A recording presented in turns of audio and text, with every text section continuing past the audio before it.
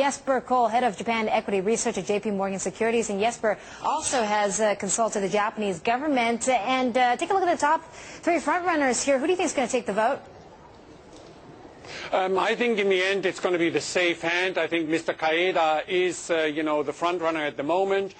Basically, you're looking for stability, after weak leadership that we've had over the last 6-9 months here. Jesper, why Kaeda? What is it about him that you think will, I guess, make him the favorite amongst DPJ voters? Again, as I said, this is just a party vote. It's just the Democratic Party members who are going to vote. This is not a popular vote content. And, a safe hand, that's really, I think, the way the consensus is building right now. The odd man out is Maehara. He has strong opinions. He's controversial. He's got good leadership. He's the next generation. But right now, I don't think that within the party they are ready for that sort of ambition.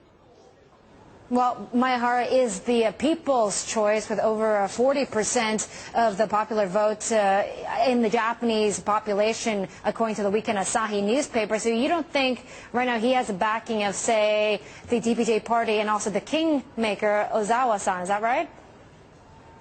Susan, you mentioned the most important point. This is, backroom dealing by the Democratic leadership. Ozawa Ichiro, the old backroom shogun, has more than 100 people of the basically 380 votes that are going to be cast. That's the key person. And for all intents and purposes, he said no to Maehara, unfortunately.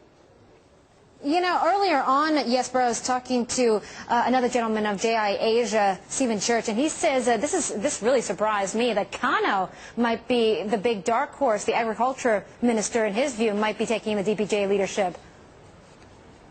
Well, look, whatever the people outcome is going to be, remember, this is, backroom dealing within the Democratic Party. Unfortunately, it's very, very close to what we used to have with the LDP leadership. Remember, that was always in smoky back rooms where decisions were made rather than out front by the people. Okay, well, we have the sixth Prime Minister in the last 5 years. The markets, do you expect any reaction from investors as to who will be the next PM, or have they just, wiped it off already?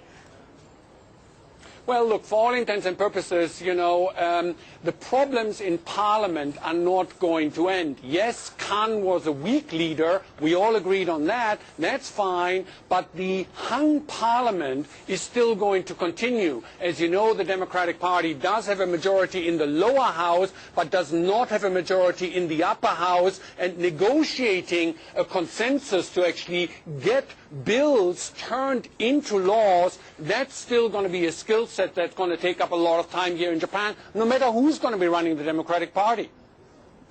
Yeah, what about policies? Because all three of the top front runners, correct me if I'm wrong, just don't seem very, shall we say, emphatic in terms of their policies, that they want to rein in the fiscal deficit, which is the largest in the world, or, reconstruction efforts, even nuclear energy is questionable. Does it matter to you, for the Japanese economy, who wins? Look, it matters very much. Political leadership is very important. But, the key about policy is not to constrain, but to awaken the actions of the private sector. And in this respect, the only candidate who is pro-growth, who is pro-business, who encourages risk-takers is Maehara. Everybody else, including Kaeda, more or less is big government rather than small government and empowerment of the people. All right, Jesper, this should be a very interesting vote. Thank you for your time. Jesper Koll of JPMorgan Securities joining us from Tokyo.